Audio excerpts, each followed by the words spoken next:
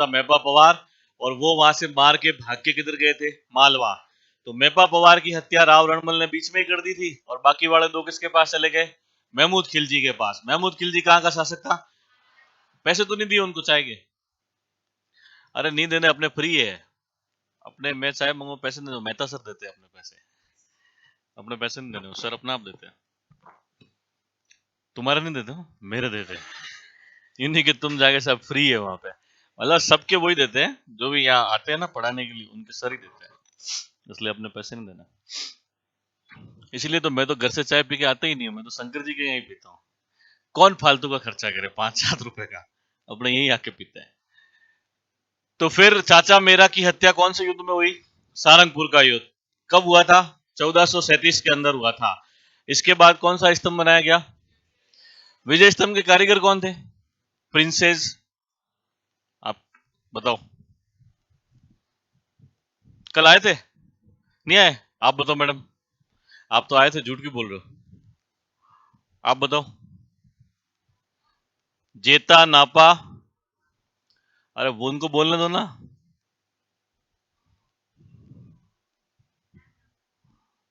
जेता नापा और पोमा, अब एक और बचा है वो आप बोल लो, 4 पूरे हो जाएंगे। पूजा नहीं, पुंजा, पूजा, जेता, नापा, पोमा, पूंजा। विजय स्तंभ चित्तौड़ के किले में बना हुआ है, बहुत सारी बातें, उसकी मंजिलें इतनी है ना, आप सबको पता होगा। उसके बाद में अपन ने देखा कि राव रणमल की इन लोगों ने चित्तौड़ में हत्या कर दी 1438 के अंदर। उसका एक बेटा था जिसका क्या नाम था, जोधा, वो कहाँ चला गया, कौन सा गांव, काहुनी गांव में उसने क्या ले ली, शरण। फिर वो वहां पे राजा बनता है, और राजा बनने के बाद में वो दोनों आपस में वापस लड़ने लगते हैं, तो एक संधि होती है, फिर कौन सी संधि हुई थी मैडम,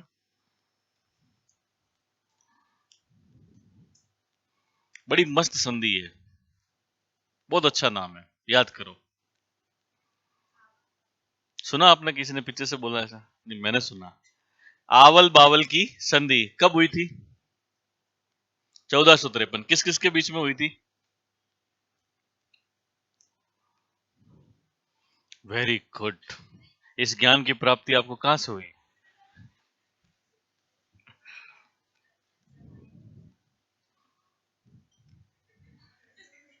जय हिंद जय भारत। कुंभा और जोधा के बीच में हुई थी, हंसाबाई ने करवाई थी, किसने करवाई थी, बीच का क्षेत्र, सोजत। जोधा की एक पुत्री थी, क्या नाम था, शादी किससे करवाई, किसका बेटा है रायमल। फिर उस समय नागौर वाली घटना घटित हुई, तो नागौर वाले शासक की शादी होती है कुतुब शाह की बेटी के साथ। कुतुब शाह कहाँ का राजा है, गुजरात का। तो महमूद खिलजी कहाँ का राजा था, मालवा का। तो कुतुब शाह की सेना को नागौर के युद्ध में किसने हराया, कुम्मा ने। तो कुतुब शाह भी हार गया, महमूद खिलजी भी हार गया, दोनों क्या हो गए एक, कौन सी संधि करी, कब हुई थी, 1456 में। दोनों ने अपने अपने क्षेत्रों से आक्रमण किया, बदनौर का युद्ध हुआ, और उस युद्ध के अंदर भी कुंभा ने इन दोनों को क्या कर दिया, हरा दिया।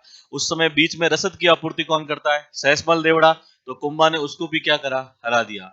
और इन सभी राजाओं को आसपास के हराया था, किसी भी मुस्लिम राजा से नहीं हरा था, इसलिए उसको क्या कहते थे, हिंदू सुल्तान। और जिसको कोई नहीं हरा पाता उसको कौन हरा देते हैं, घर वाले। तो 1468 के अंदर कुंभलगढ़ दुर्ग के अंदर एक कुंड है जिसका नाम है मामादेव कुंड।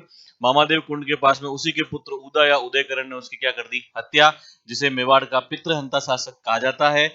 और कुंभा अपने अंतिम समय में कौन से रोग से ग्रसित हो गया था, ये लिख लिया था आपने, लिखो सर, फटाफट लिखो थोड़ा सा, फिर आगे का पढ़ते हैं। आवल बावल के बाद में स्टार डालो, चंपानेर की संधि 1456।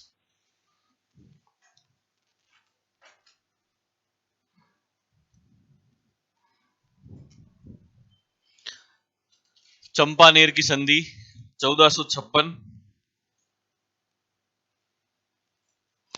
नीचे वाली लाइन में लिखना, यह संधि गुजरात के शासक,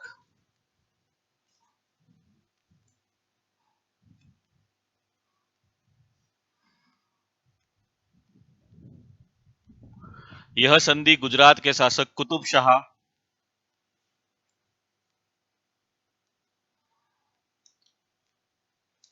और मालवा के शासक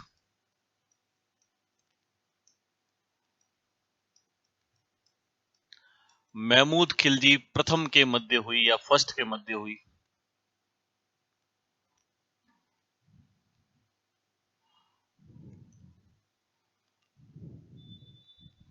अगली लाइन, इसमें यह तय किया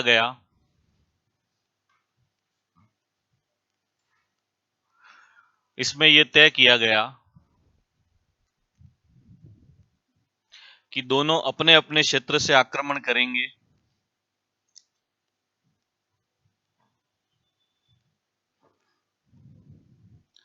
दोनों अपने अपने क्षेत्र से आक्रमण करेंगे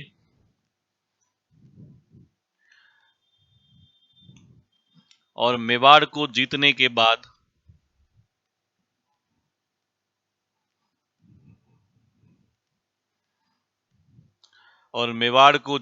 बाद आधा आधा बांट लेंगे।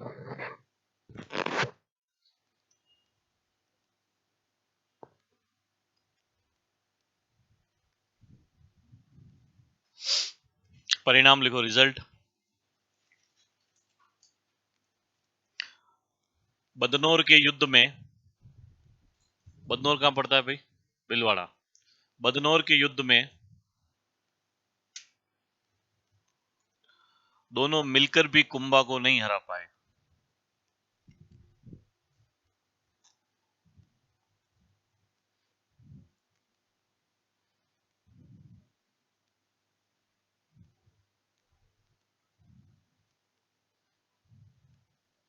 नीचे वाली लाइन में लिखना, गुजरात की सेना की रसद आपूर्ति,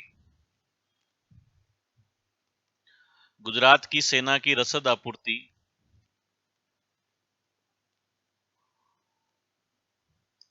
सिरोही का शासक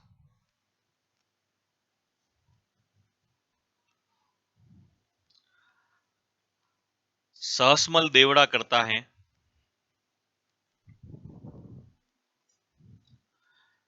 गुजरात की सेना की रसद आपूर्ति सिरोही का शासक सहसमल देवड़ा करता है,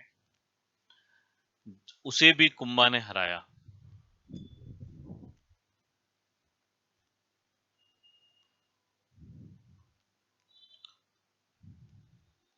एक लाइन छोड़ के, 1468 1468 में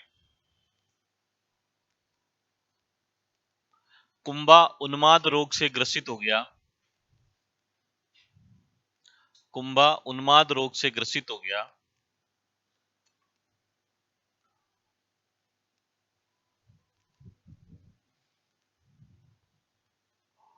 कुंभलगढ़ दुर्ग के उन्माद रोग से ग्रसित हो गया। कुंभलगढ़ दुर्ग के मामादेव कुंड के पास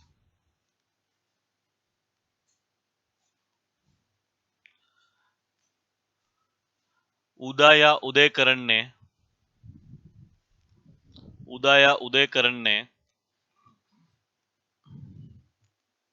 कुंभा की हत्या कर दी।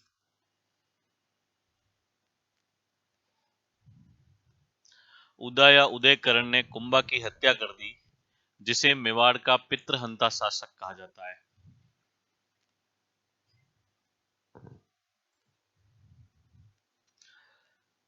जिसे मेवाड़ का पितृहंता शासक कहा जाता है।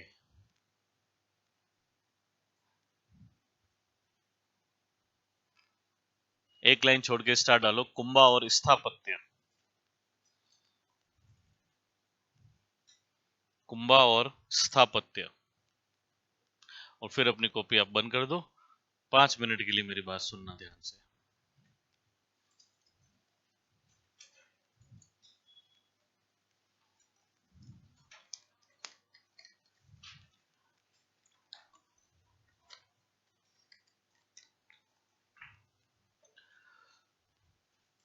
इधर ध्यान देना, देखो सारे सुनना मेरी बात।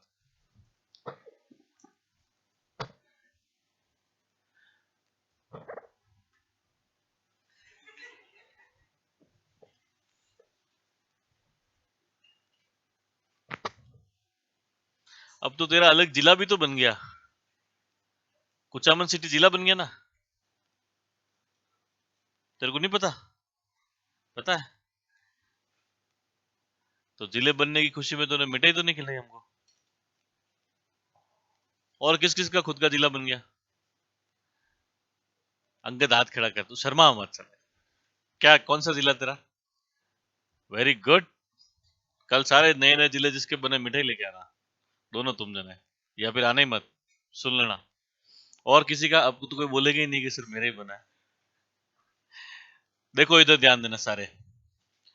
एक किताब है जिसका नाम है वीर विनोद। क्या नाम है भाई?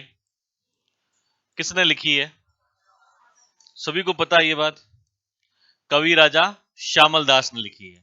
कवि राजा श्यामल दास अपनी किताब में ऐसा लिखते हैं, हालांकि सर ने आपको और बताया होगा कि मेवाड़ में टोटल कितने किले हैं? 84, जिसमें से अकेले महाराणा कुंभा ने 32 किलो का निर्माण करवाया था। कितने? 32 किलो का निर्माण अकेला करवा था। बहुत बड़ी बात है अपने आप के अंदर। इंसान अपने जीवन में एक मकान ही पूरा नहीं बना पाता है, कुंभा ने कितने बनाए थे? 32 किले बनवाए थे। तो 32 किलो का इसने निर्माण करवाया था। इसलिए राजस्थान की जो स्थापत्य कला है, कौन सी कला?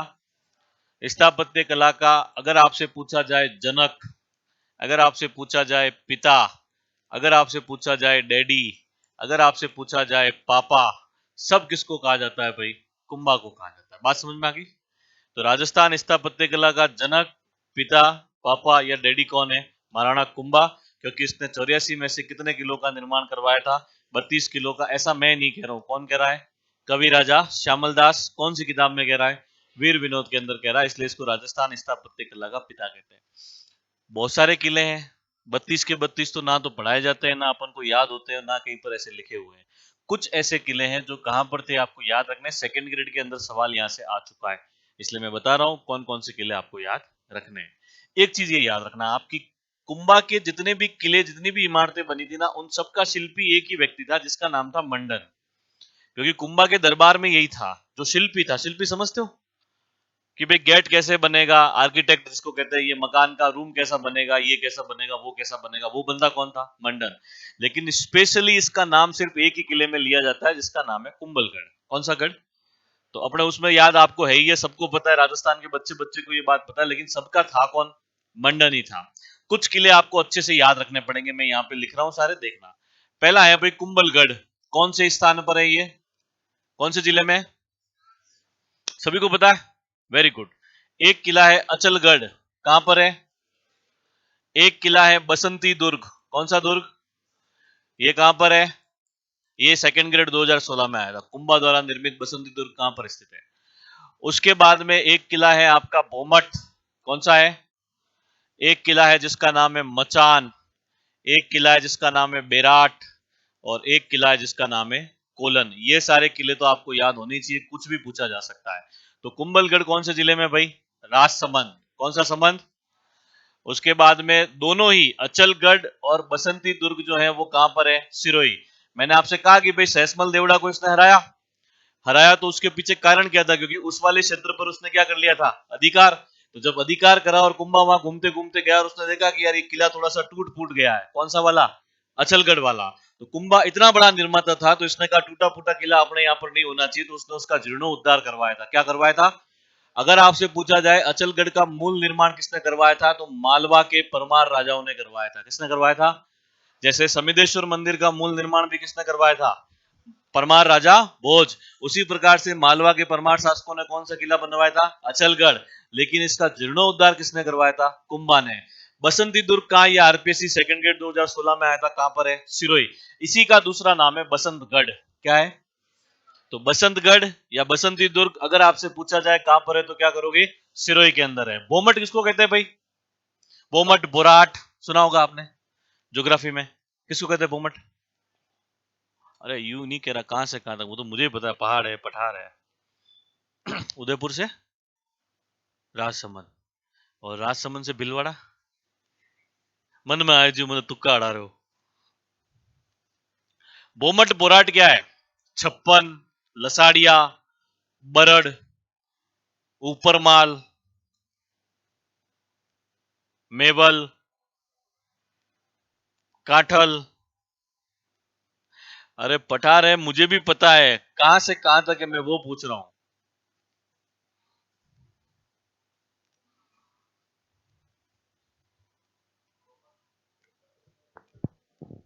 तो बोराट।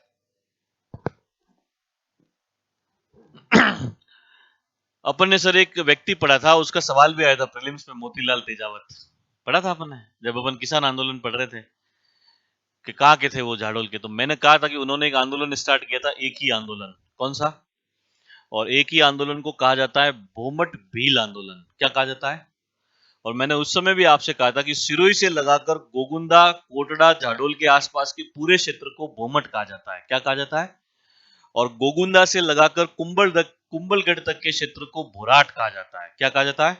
तो सिरोही से आप स्टार्ट करोगे और आप गोगुंदा आओगे तब तक तो क्या हो जाएगा? भोमट। और गोगुंदा से आप कुंभलगढ़ जाओगे तब तक क्या हो जाएगा? भोराट। बिजोलिया से लगाकर बैसरोडगढ़ तक के एरिया को ऊपरमाल कहा जाता है। क्या कहा जाता है?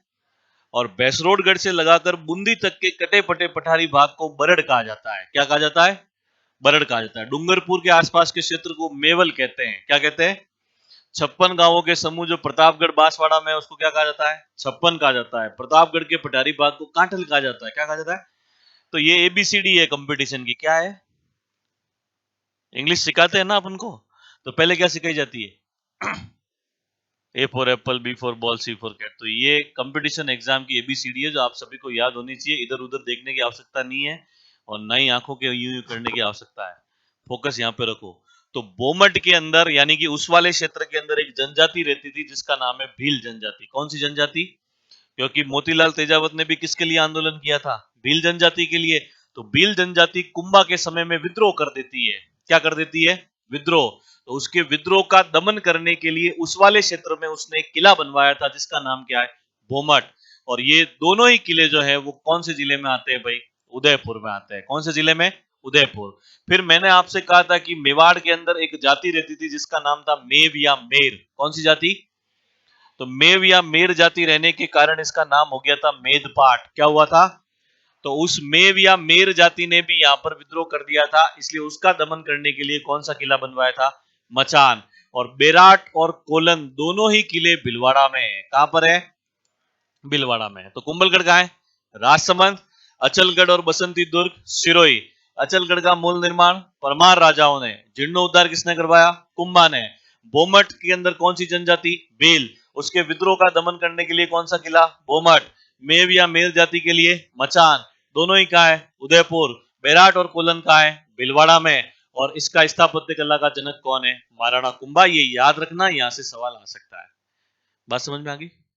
कुंभा के युद्धों से, कुंभा की संधियों से रेयर चांस में सवाल पूछा जाता है क्योंकि ऐसे सवाल पहले आते थे। इसने जो निर्माण करवाए, इसने जो लिखा, इसके दरबारियों के बारे में सवाल ज्यादा पूछा जाता है। अच्छे से याद रखना। तो ये तो इसने बनवाए थे किले। फिर इसने मंदिर बनवाए और मंदिरों के अंदर एक बहुत फेमस मंदिर है जिसका नाम है राणकपुर जैन मंदिर। कौन से जिले में है? जोर से बोलो। जिला पाली और जेब खाली, ऐसा हमारे वहां कहा जाता है। पता नहीं अब मेरे को आगे क्या पता होता है या नहीं होता।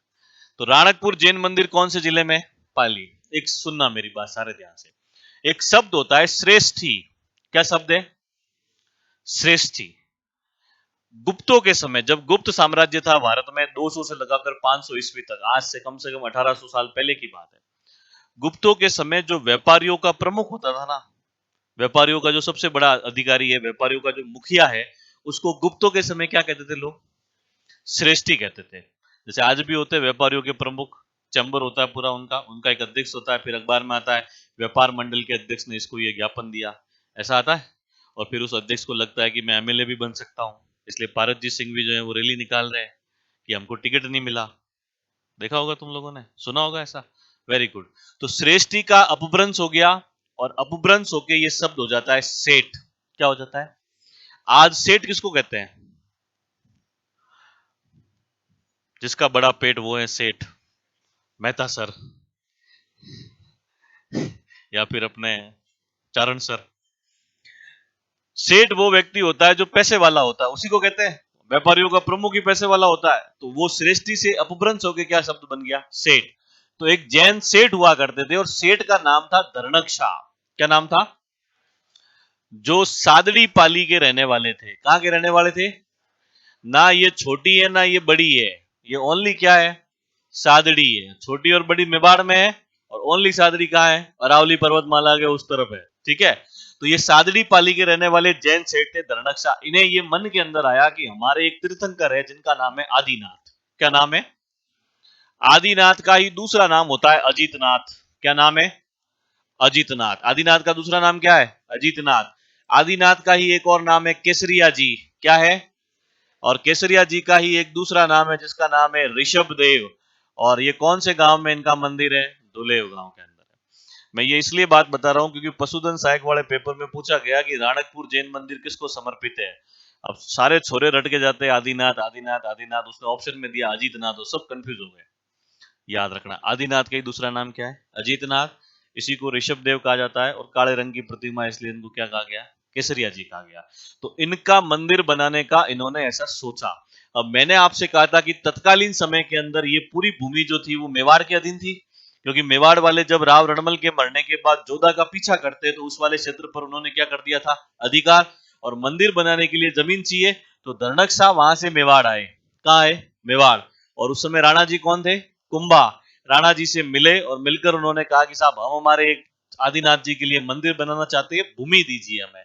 तो ऐसा कहा जाता है कि कुंभा ने इनको 99 बीघा भूमि दी थी। कितनी बीघा? वो पूरा वाला जो क्षेत्र है जो आज की तारीख में कुंभलगढ़ का आपका पूरा वो बना हुआ है, सेंचुरी बनी हुई है, वो पूरी भूमि इनको दे दी थी। और इस मंदिर की विशेषता ये है कि इसमें टोटल खंबे कितने हैं, इसलिए इनको क्या कहा जाता है? 1444 खंभों वाला मंदिर भी कहते हैं। ये क्वेश्चन कम से कम मैंने मेरी आंखों से 200 बार एग्जाम में देख लिया होगा, और तुम लोग अगर इसको सही करके भी आओगे तो भी तुम्हारा सिलेक्शन नहीं होगा। समझ में आ गई बात? इसका मतलब ये नहीं गलत करना है, करना तो सही है, पर सभी सही करते हैं और बड़ा फेमस क्वेश्चन है, कोई बड़ी बात नहीं है इसके अंदर। यह एक नदी के किनारे पर है जिसका नाम है मथाई नदी। कौन सी नदी? और जिस प्रकार से कुंभलगढ़ दुर्ग का शिल्पी कौन था? मंडन। उसी प्रकार से इसका शिल्पी कौन है? देपाक। अब जनरली जनरली आप राजस्थान के या भारत के किसी भी मंदिर में जाओगे तो सबसे पहले सीढ़ी आती है, आती कि नहीं आती? कहीं पे 1 2 या 3 हो सकती है और कहीं पे 500 हो सकती है, पर सीढ़ियां पक्की होगी, 100% होगी। सीढ़ियों से जब आप आगे जाओगे तो बीच में ऐसा चौक आएगा, आएगा, और यहाँ बीच में गर्भगृह होगा और जहां भगवान की क्या होगी? प्रतिमा। और उस गर्भगृह के अंदर पास में 2 4 छोटे मोटे मंदिर बने हुए होंगे, राधा कृष्ण के हो सकते हैं, राम सीता के हो सकते हैं। इसके ऊपर इस प्रकार का एक गुंबद होगा जिसके ऊपर कलश और ध्वज लगा होगा। इस शैली के मंदिर को कहा जाता है पंचायतन। क्या कहा जाता है? मुख्य मंदिर के अलावा 4 अगर भगवान की और वहां पर मूर्तियां तो उस शैली को क्या कहेंगे? पंचायतन। लेकिन आप राणकपुर जैन मंदिर कभी भी जाना, आप में से कोई गया हुआ है? बोलो यस और नो। जाना, कभी जीवन में मौका मिले तो जाना, एकदम रोड के ऊपर टच ही है।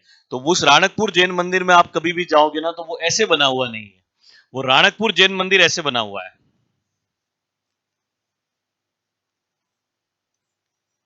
मतलब यहां से भी एंट्री पॉइंट है, यहां से भी है, यहां से भी है और यहां से भी, और बीच में यहां पर भगवान की प्रतिमा इधर भी है, इधर भी है, इधर भी है और इधर भी है। मतलब आप इसके चारों गेट से कहीं से भी अगर एंट्री करते हो तो आपको भगवान की प्रतिमा दिखेगी। जैसे अशोक स्तंभ के अंदर 4 शेर होते हैं, इधर भी बैठा है, इधर भी बैठा है, इधर भी बैठा है और पीछे भी बैठा है, अपने को सिर्फ वो आगे वाला शेर ही दिखता है।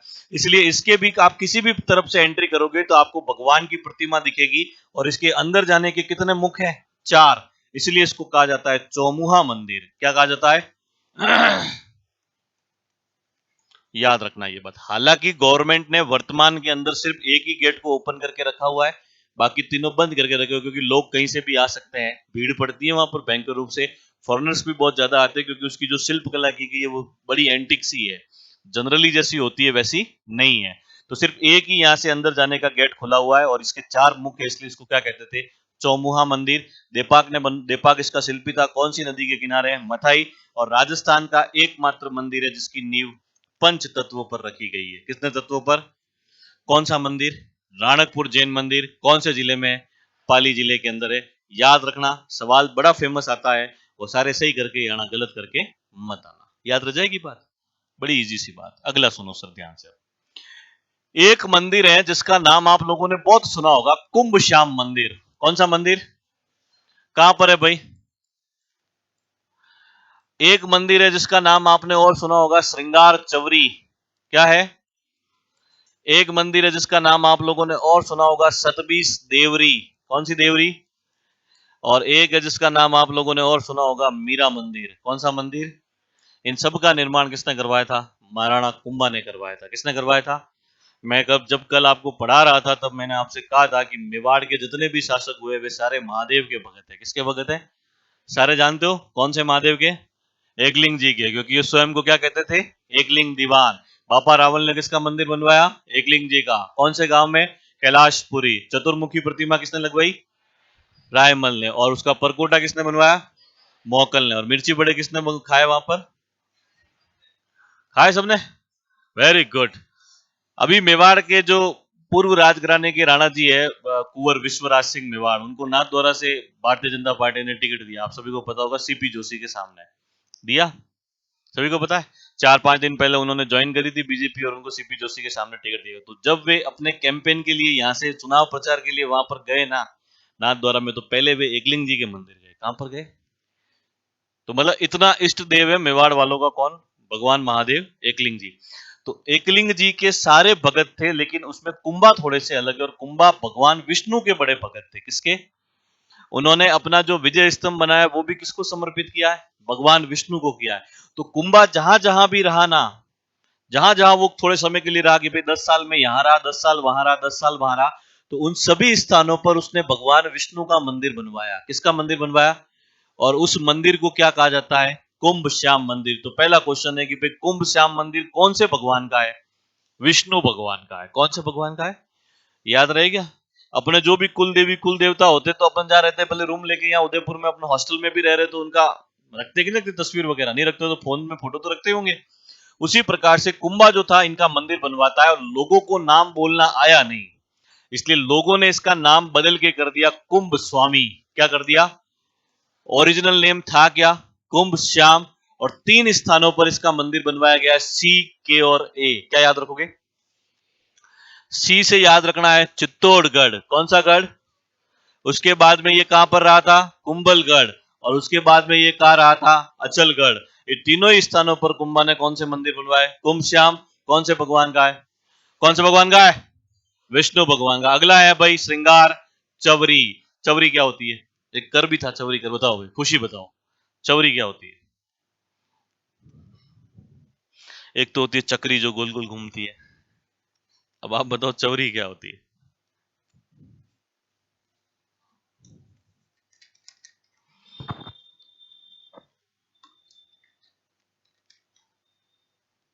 आप नहीं बताओगे तो फिर कामिनी मैडम बताएंगे। वो दीदी कहाँ गई यार? एक दिन आई नहीं। ममता दीदी, पश्चिम बंगाल वाली। बताओ चवरी क्या होती है? क्या टैलेंट है, मतलब बिल्कुल सही उत्तर बताया इन्होंने। जब शादी होती है तो शादी के अवसर पर जब वो जो मंडप लगता है उसको अपन क्या कहते हैं? चवरी। अपन ने पढ़ा था सर बिजोलिया किसान आंदोलन, उसमें कर लेते हैं चवरी कर। कितने रुपए था? तो नाम क्या है? श्रृंगार चवरी। कुंभा की एक पुत्री है सर जिसका नाम है रमाबाई। क्या नाम है? अब रमाबाई की शादी थी। किसकी शादी है? अब कुंभा जैसे बड़े महान निर्माता की बेटी की शादी है, तो कुंभा ने कहा कि अपने यहाँ पर जो है वो टेंट हाउस वाले चवरी लगाने के लिए नहीं आएंगे, अपन पत्थर से निर्मित क्या बनवाएंगे? चवरी बनवाएंगे। तो चित्तौड़गढ़ के किले के अंदर एक मंदिर है जो शांतिनाथ जी को समर्पित था। किसको? जैनों के तीर्थंकर थे, जैन मंदिर था, जिसका निर्माण कुंभा के एक कोषाध्यक्ष थे वेलाक। क्या नाम था? उन्होंने बनवाया था। और उस मंदिर के अंदर फिर रमाबाई के ब्याह पर कुंभा ने क्या बनवा दी? चवरी। इसलिए इसको क्या कहा जाता है? श्रृंगार चवरी। तो श्रृंगार चवरी कौन से किले में है? चित्तौड़गढ़। श्रृंगार चौक कहां है? मेहरानगढ़ किले में। कौन से किले में? जहां वहां के राठौड़ शासकों का राज तिलक किया जाता था, वो है श्रृंगार चौक। और ये क्या है? श्रृंगार चवरी। याद रह जाएगी बात। फिर सतबीस देवरी। 20 + 7 कितने होते हैं? 27। टोटल कितने हो गए? 27। 27 देवी देवताओं की देवरी है जो कुंभा ने बनवाई है, वो भी कौन से किले के अंदर है? चित्तौड़गढ़ किले के अंदर है। सो 27 देवरी याद रखना। प्रीलिम्स का क्वेश्चन है, एक बार पिछली बार हुआ था उसके अंदर, कि निम्न में से कौन सा शिव जी का मंदिर नहीं है? और उसके अंदर एक ऑप्शन था जिसका क्या नाम है? 27 देवरी। नाम से ही पता चल रहा है 7 + 20 = 27। 27 देवी देवताओं की ये क्या है? देवरी है, जो कुंभा ने बनाई थी। और मीरा मंदिर जो है उसका निर्माण भी कुंभा ने बन करवाया था। कौन से किले के अंदर है? ये भी चित्तौड़गढ़। तो ये सारे मंदिर जो थे वो किसने बनवाए हैं? महाराणा कुंभा ने बनवाए हैं। याद रखना, कुंभ श्याम मंदिर किसका है? विष्णु जी का। 3 स्थानों पर है, चित्तौड़, कुंभलगढ़ और अचलगढ़। श्रृंगार चौरी कौन सी बेटी? रमाबाई। पहले किसका था? शांतिनाथ जी का। किसने बनवाया था? वेलाक ने। 26 देवरी, 27 देवी देवताओं की देवरी। और मीरा मंदिर कहाँ है? चित्तौड़गढ़ के अंदर है। और फेमस वाला कौन सा है? राणकपुर जैन मंदिर है। और ये इसने क्या बनाए थे? किले बनवाए थे। इसके अलावा कुंभा ने एक तो कुंभलगढ़ प्रशस्ति लिखवाई है और एक कीर्ति स्तंभ प्रशस्ति, जो सर ने आपको पढ़ाई होगी, पढ़ा दी ना। कीर्ति स्तंभ वाली चित्तौड़गढ़ में और कुंभलगढ़ वाली कहाँ है? कुंभलगढ़ के अंदर। अब इसके बाद में जो कुंभा ने काम किया वो है संगीत कला के ऊपर। कहां पर? और ये मोस्ट इंपोर्टेंट है सर, यहां से सवाल आता है और वरिष्ठ अध्यापक भर्ती परीक्षा के अंदर आ भी चुका है, इसलिए सारे आप अच्छे से याद रखना। कुंभा संगीत कला में दक्ष था, इसलिए इसको एक उपाधि दी गई थी। पहली बात तो ये याद रखना, अभिनव भट्टाचार्य। कौन सी? सीधा सीधा सवाल एग्जाम के अंदर आ चुका है कि कुंभा को अभिनव भट्टाचार्य क्यों कहते थे? क्योंकि ये कौन सी कला में दक्ष था? संगीत। कुंभा एक वाद्य यंत्र बजाता था, कौन सा? वीणा। कौन सा वाद्य यंत्र? इसके अलावा वीणा कौन बजाता था? समुद्रगुप्त। कौन? और इसके अलावा एक और वीणा बजाता था, औरंगजेब। कौन बजाता था? तो मुगल बादशाह औरंगजेब, महाराणा कुंभा और गुप्तों का शासक समुद्रगुप्त, तीनों ही कौन सा वाद्य यंत्र बजाते थे? वीणा। और कुंभा जो है वो संगीत पर टोटल कितनी किताबें लिखता है? 4 के 3? 3 लिखता है। ऑप्शन कितने होते हैं आजकल? कितने होते हैं? 5। सवाल यूं का यूं as it is second grade में आया था, निम्न में से कौन सी पुस्तक कुंभा ने संगीत पर नहीं लिखी? निम्न में से कौन सी पुस्तक कुंभा ने संगीत पर नहीं लिखी? मतलब 3 जो है वो उसने लिखी, इसके अलावा अगर कोई भी आएगी तो वो कुंभा ने भले ही लिखी होगी, लेकिन उसका सब्जेक्ट क्या नहीं है? संगीत नहीं है। इसलिए ये तीनों तो आपको रट के घोट के पी जानी है। तीनों की तीनों अच्छे से याद रखोगे, क्वेश्चन यहां से आ सकता है। छोटा डॉन इधर ध्यान दे, तू क्या इतना आलस खा रहा है? हापड़ की नहीं आया? कल से सुबह उठना, होद के ऊपर बैठना और 2 बाल्टी अपने ऊपर डाल देना, ऐसे ठंडी ठंडी, फिर आलस नहीं आएगा। है? तेरे को बड़ा पता है, तू 9 बजे आता है, ये 6 बजे आता है। तेरे क्या मोह भंग हो गया क्या पढ़ाई से? तो तू इतना लेट क्यों आता है? तो तू तो 9 बजे आया ना, मेरे साथ आया तू तो। क्या कहा इसने? अच्छा, मैं लूंगा तो ही आएगा। इतना प्रेम मत कर, बाद में दुख होगा तुझे।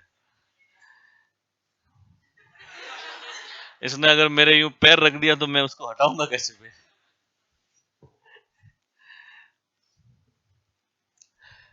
3 किताबें लिखी हैं, ऑप्शन कितने होते हैं? 4। अच्छे से याद रखना सर। पहली किताब का नाम है संगीत राज।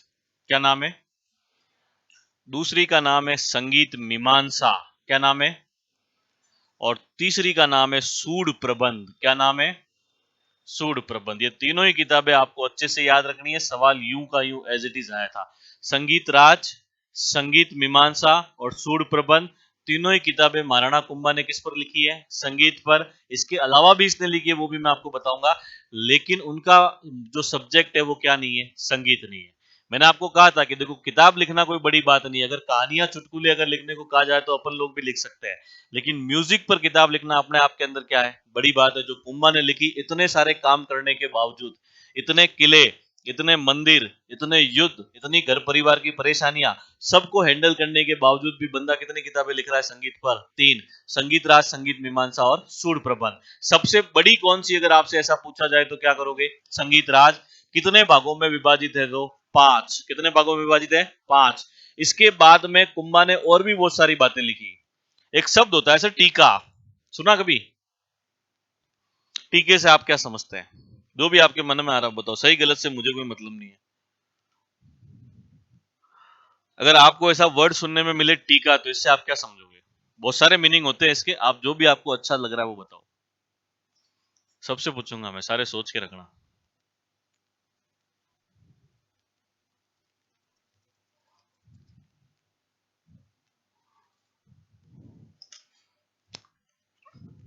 Very good.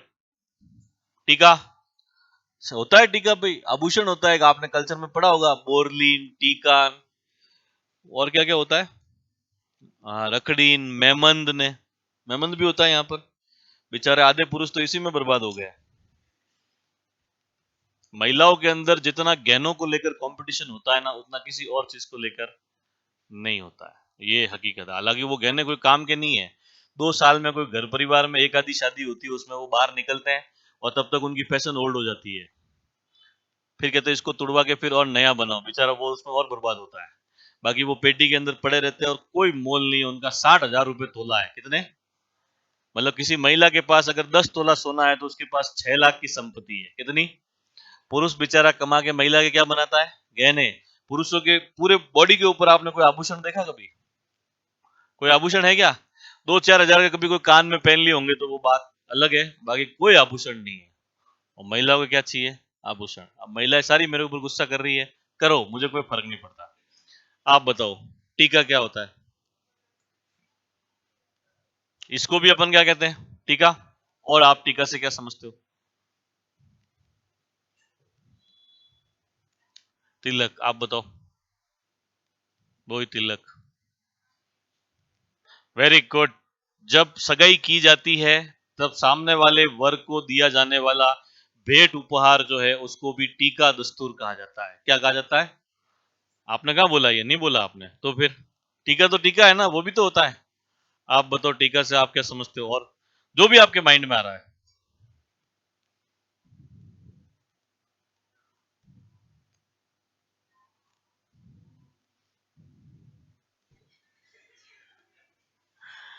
कोरोना का भी तो टीका होता है कि नहीं होता है? तो वो भी तो टीका ही है। छोटे बच्चों को यहाँ पे जो अपने भी तो बॉडी पे यहाँ पे निशान होंगे, वो अपने भी तो उसको क्या कहते हैं? टीके ही कहते हैं। बिल्कुल सही उत्तर है सर, इसमें गलत ही नहीं है। अरे वाह यार, उनको भी मजा आ गया। आभूषण। और जीवनी तो टीका कैसे कहोगे आप उसको?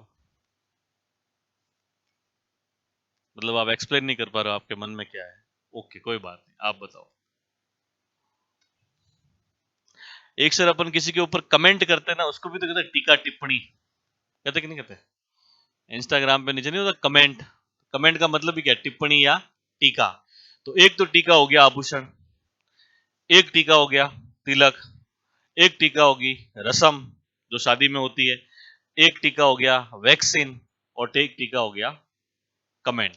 यही मैं आंसर जानना चाहता था, जो सारे मेरे को मिल गए। अब मेरा वाला टीका क्या है वो मैं आपको बता रहा हूँ। ओरिजिनली जो टीका है, ओरिजिनली टीका ये है कि जब अपन 10वीं और 12वीं के अंदर पास करके आते हैं एग्जाम, तो हिंदी और इंग्लिश के अंदर अपने एक पैराग्राफ, या जिसको हिंदी में कहते हैं पद्यांश, आता था। मान लो वो 100 शब्दों का है, तो उसके अंदर एक क्वेश्चन आता था उसके नीचे कि ऊपर लिखे हुए पद्यांश को आप 30 शब्दों में या 20 शब्दों में लिखिए, उसको समराइज कीजिए, उसको छोटा कीजिए। आता था क्वेश्चन, सभी का आता था। इसलिए अपने उस समय के जो मार साहब होते थे वो कहते थे कि तेरे को अगर नहीं आ रहा हो तो उस पैराग्राफ की सबसे ऊपर वाली लाइन, सबसे बीच वाली लाइन और सबसे नीचे वाली लाइन लिख के आ जाना, तेरे को 2 नंबर मिल जाएंगे। ऐसे कौन कौन पास हुआ, ईमानदारी से बताओ? ऐसे ही करते थे साहब। उस समय के इंग्लिश के मास्टरों को खुद इंग्लिश नहीं आती थी, उनको नहीं आती थी, वो खाली बस ऐसे ही पास करवाते थे बच्चों को। इवन मास्टर ऐसा कहते थे स्कूल के अंदर कि इस पैराग्राफ में अगर तेरे को क्वेश्चन का आंसर नहीं मिल रहा है तो जहां से उस क्वेश्चन की लाइन मैच कर रही है उस पैराग्राफ में, वो यूं के यूं उसके अंदर लिख के आ जाना। कहते थे कि नहीं कहते थे? ऐसे ढोर मास्टरों ने अपन को पढ़ाया है, तो अपना भविष्य कैसे बनेगा आप ये बताओ। हकीकत के अंदर पहले के जो मास्टर लगते थे उनको खुद को इंग्लिश नहीं आती थी, पढ़ी नहीं कभी जीवन में, और मास्टरों ने खुद के ऊपर तो मेहनत कभी की नहीं। फोकट की पगार आती थी, घर पे जाते थे, बढ़िया रोटी वोटी खा के खेती बाड़ी करके सो जाते हैं, सुबह उठ के वापस बिना नहाए धोए स्कूल। मुझे तो बाद में फील हुआ, जब उस समय तो पता चलता नहीं है। उस समय तो बच्चा मास्टर से क्या होता है, डरता है। अब आजकल तो फिर भी माता पिता वगैरह जाते हैं स्कूल में, पता करते हैं, और टीचर भी बच्चों को मार नहीं सकते हैं। हमारे समय के जो टीचर थे उनको तो गांव वाले आके, हमारे दादाजी ने वगैरह आके कहते मार साहब बस, रीठो, जतरा रीठो का वतरो भाई, मतलब मारो इनको, इसके अलावा कुछ नहीं है। लेकिन ये हकीकत है, टीचिंग मेथड है। इतना बड़ा होने के बाद आपको भी रियलाइज हुआ होगा, मुझे भी रियलाइज हुआ है कि डरा के किसी को कुछ भी सिखाया नहीं जा सकता। कोई भी सब्जेक्ट किसी को भी डरा के सिखाया नहीं जा सकता, और सब्जेक्ट कोई टफ नहीं होता। विषय कोई भी टफ नहीं होता, भले मैथ्स हो, इंग्लिश हो, केमिस्ट्री हो, फिजिक्स हो, भले हार्ड से हार्ड सब्जेक्ट हो, डिपेंड करता है कि पढ़ाने वाला कैसा है। जैसे लोग कहते हैं ना कि भाई मेहता सर से हमने फिजिक्स केमिस्ट्री पढ़ी तो हमें बड़ी इजी लगी, तो फिजिक्स और केमिस्ट्री तो वही है, तो अलग से तो उन्होंने पढ़ा ही नहीं, पर वो डिपेंड ये करता है कि बंदा पढ़ाने वाला कैसा है। और हमारे समय के मास्टरों ने हमको ऐसी पढ़ाई कि वो इंग्लिश हमें आज दिन तक कभी आई नहीं। सबकी इंग्लिश वीक ही होती है। कौन कौन कॉन्वेंट से पढ़ा हुआ है, हाथ खड़ा करो। इंग्लिश मीडियम से कौन कौन पढ़ा हुआ है? एक दो तीन चार। तुम्हारी तो अच्छी होगी इंग्लिश।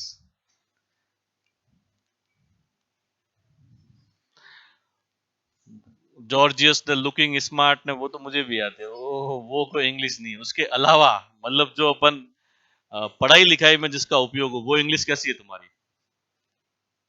अच्छी है। वो बहुत फायदा होता है सर। मैंने मेंस लिखा एक बार, तो मेंस के अंदर मेरे उस समय क्वेश्चन आया था।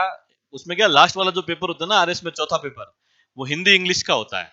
100 नंबर की हिंदी आती है और 100 नंबर की क्या आती है, इंग्लिश। तो उसके अंदर हमारे निबंध आया था स्वच्छ भारत के ऊपर। उस समय मोदी जी ने 2014-15 में लॉन्च किया था। वो आया था कि स्वच्छ भारत के ऊपर निबंध लिखो आप 200 शब्दों में इंग्लिश के अंदर। अब मुझे हिंदी में सारी बातें यूं याद है, मैं अभी भी लिख लूं, भले स्वच्छ भारत के ऊपर 200 शब्द लिखना हो, पर उसका सेंटेंस इंग्लिश में कैसे बनाया जाए, अब वो माइंड में चीजें तो आ रही है, पर सेंटेंस कैसे बनाया जाए वो नहीं आ रहा। ये सबसे बड़ी दुविधा है जो गवर्नमेंट स्कूल से पास आउट होकर आता है। आप लोगों को तो ऐसे आता होगा, आता है ना? तो ये तुम्हारे लिए फायदे वाली बात है। वहां 100 में से तुम 70 नंबर ला सकते हो, हमारे जैसों के 20-25 नंबर ही आते हैं। और सबसे बड़ी दुविधा ये है कि सर जितने भी टॉपर्स होते हैं ना, वो सारे इंग्लिश मीडियम के होते हैं। कौन से मीडियम के? बाड़मेर का एक लड़का था, गंगा सिंह करके नाम था उसका, उसने यूपीएससी के अंदर हिंदी मीडियम टॉप किया। दो एक साल पहले की बात है। हिंदी मीडियम में उसने क्या किया, टॉप। पूरी ऑल इंडिया के अंदर यूपीएससी टॉप किया। आईएएस लगा हुआ है साबरकांठा गुजरात के अंदर, अपने राजस्थान का बंदा है। उसकी ऑल इंडिया रैंक थी 33वीं। कितनी थी? यानी 32 जने स्टार्टिंग वाले जो थे वो कौन सी मीडियम के हैं, इंग्लिश मीडियम के, स्टार्टिंग के 32 लोग। और हिंदी मीडियम वाला 33वीं रैंक पर है और हिंदी मीडियम का वो टॉपर है। तो मतलब आप सोच लो 32 जने कौन से आते हैं, इंग्लिश मीडियम से आते हैं। इसलिए इंग्लिश अपने जीवन में सीखनी इतनी ज्यादा क्या है, जरूरी है। लेकिन ये विडंबना रही है, खास करके यहाँ तो फिर भी सिखाते होंगे, पश्चिमी राजस्थान की तो बहुत बड़ी विडंबना रही है कि वहां के लोगों को इंग्लिश नहीं आती है। सबसे बड़ी विडंबना है। हालांकि बाद में बंदा सीख लेता है थोड़ी बहुत सोशल मीडिया का उपयोग कर करके, जैसे हम लोगों ने सीखी है, रूम ने सडनली, जाना है, आना है, ऐसा हुआ, रिसेंटली, छोटे मोटे सब तो गरीब इंसान भी सीख ही लेता है, वो वाली बात है। तो मैं ये आपसे कह रहा था कि टीका क्या होता है, तो वो उस समय जो अपने को समराइज करवाते थे ना, वही एक टीका है। मान लो सिंपल सी बात है, आपका रजिस्टर देना। नहीं ले जाऊंगा पेन में। ये जैसे मैंने आपको कॉपी दी, मैं आपको ये कहता हूं कि कॉपी आप 1 महीने के अंदर पढ़ो, आपने इसको अच्छे से पढ़ लिया। पढ़ने के बाद में मैं अगर इसको कहता हूं कि आपको इसको 10 पत्तों के अंदर पूरी लिखनी है, तो आपको इसमें से जो जो इंपॉर्टेंट लगा वो आपने 10 पेज के अंदर लिख लिया। मतलब आपने इस कॉपी की क्या लिख ली है, टीका लिख ली है। क्या लिख ली है, टीका लिख ली। बात समझ में आ गई? किसी भी बड़ी किताब का समराइज करके खुद की व्याख्या जो लिखना है उसको अपन क्या कहते हैं, टीका। तो एक किताब है जिसका नाम है गीत गोविंद। कौन सा गोविंद? गीत गोविंद। मूलतः लिखी है जयदेव ने। किसने लिखी है? और इसको कुंभा ने पढ़ा और पढ़ने के बाद में इसके ऊपर टीका लिखा और उस टीका का नाम इसने रखा है रसिक प्रिया। क्या रखा है? तो कुंभा ने गीत गोविंद की टीका किस नाम से लिखी? 3 इसने किस पर किताबें लिखी? संगीत पर। कौन सा वाद्य यंत्र बजाता था? वीणा। इसके अलावा भी कुंभा की बहुत सारी किताबें हैं जो मैं आपको कल बताऊंगा। अभी थोड़ा सा इसको आप लिख लो।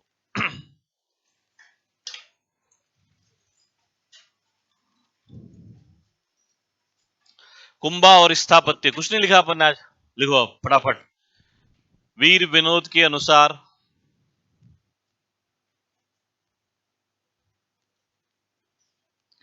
वीर विनोद के अनुसार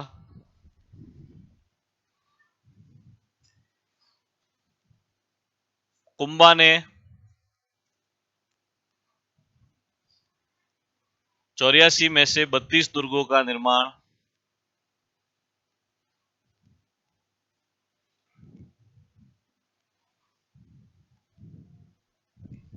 84 में से 32 दुर्गों का निर्माण मेवाड़ में करवाया।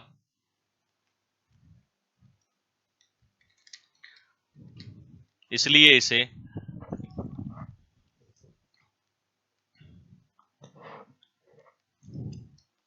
राजस्थान स्थापत्य कला का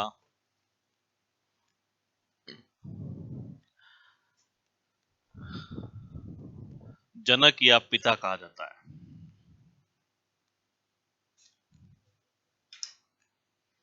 क्या कहा जाता है? जनक या पिता। जनक किसके पिताजी थे? दशरथ के। किसके पिताजी जनक? सीता के थे ना, दशरथ के नहीं थे। अब ये सारे आप ऐसे लाइन से लिख लो और आगे इनका जिला जो है वो लिख लेना। एक तरफ किला लिख लो, एक तरफ जिला लिख लो, इंडेक्स बना लो।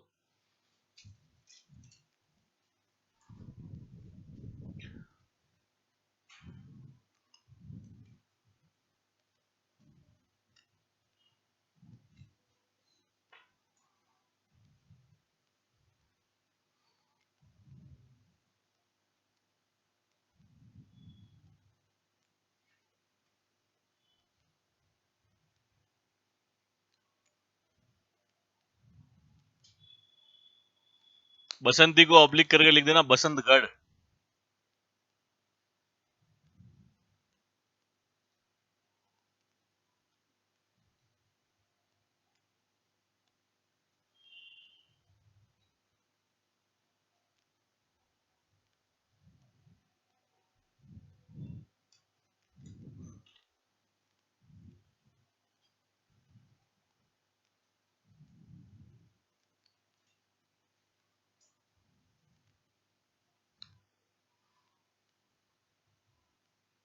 जिस जिसके इस बार थर्ड ग्रेड में इंग्लिश सब्जेक्ट था बीए के अंदर या बीएड के अंदर, वो हर दूसरे में से तीसरा आदमी सेलेक्ट हो गया। सारे सेलेक्ट हो गए इंग्लिश वाले, क्योंकि 8 से 10 हजार सीटें इस बार इंग्लिश की थी। इसलिए कोई भी अगर आपके जान पहचान में बीए में भी एडमिशन ले रहा हो तो उसको बोलना अच्छे सब्जेक्ट लेवे, हिस्ट्री पॉलिटिकल ज्योग्राफी नहीं लेवे, नहीं तो सामाजिक विज्ञान में सारी उम्र माथे पसेड़ने पड़ेंगे। समझ में आई बात? साइंस वाले तो साइंस तो है ही है।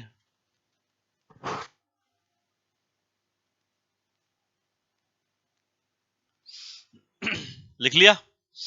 एक लाइन छोड़ के लिखो।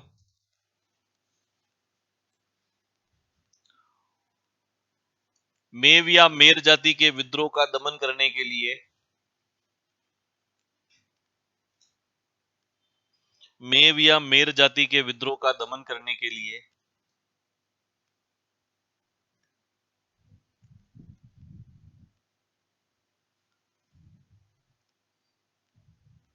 मचान दुर्ग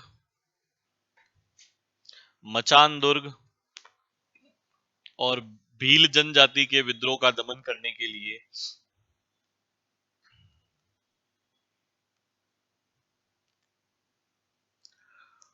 भील जनजाति के विद्रोह का दमन करने के लिए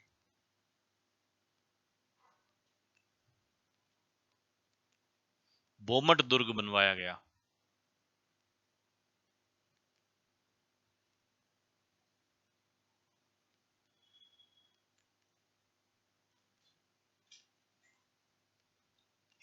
अचलगढ़ सर ने पढ़ा दिया? सर ने पढ़ा ना, तो उसमें लिखा दिया होगा। चलो ठीक है, हो गया सारा। नेक्स्ट, ये राणकपुर जैन मंदिर पढ़ा है क्या तुमको? लिखा हुआ है सभी के, ईमानदारी से? नहीं लिखा हुआ है? लिखो राणकपुर जैन मंदिर। जिसके नहीं लिखा हुआ लिख लेना, जिसके लिखा है कोई बात नहीं। राणकपुर जैन मंदिर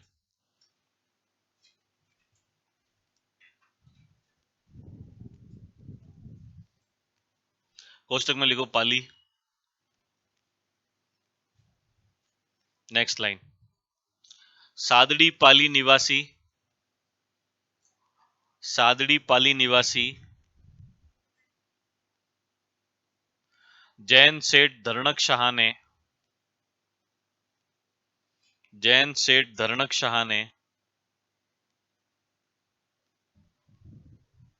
कुंभा के समय इसका निर्माण करवाया।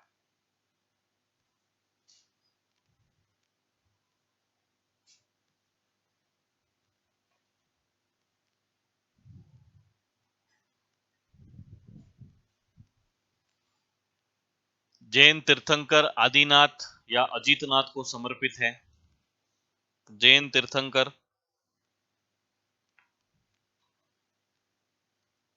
आदिनाथ या अजीतनाथ को समर्पित है।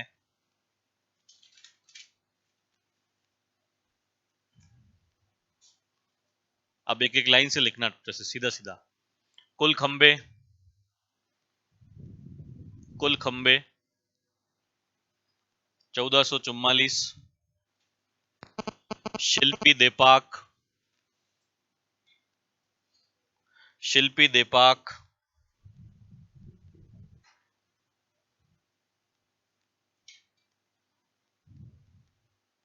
अन्य नाम चौमुहा मंदिर, अन्य नाम चौमुहा मंदिर।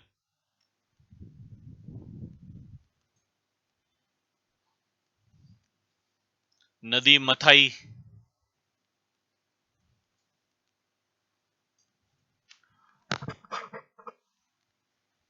और लास्ट लाइन, राजस्थान का एकमात्र मंदिर जिसकी नींव पंच तत्वों पर रखी गई। राजस्थान का एकमात्र मंदिर जिसकी नींव पंच तत्वों पर रखी गई।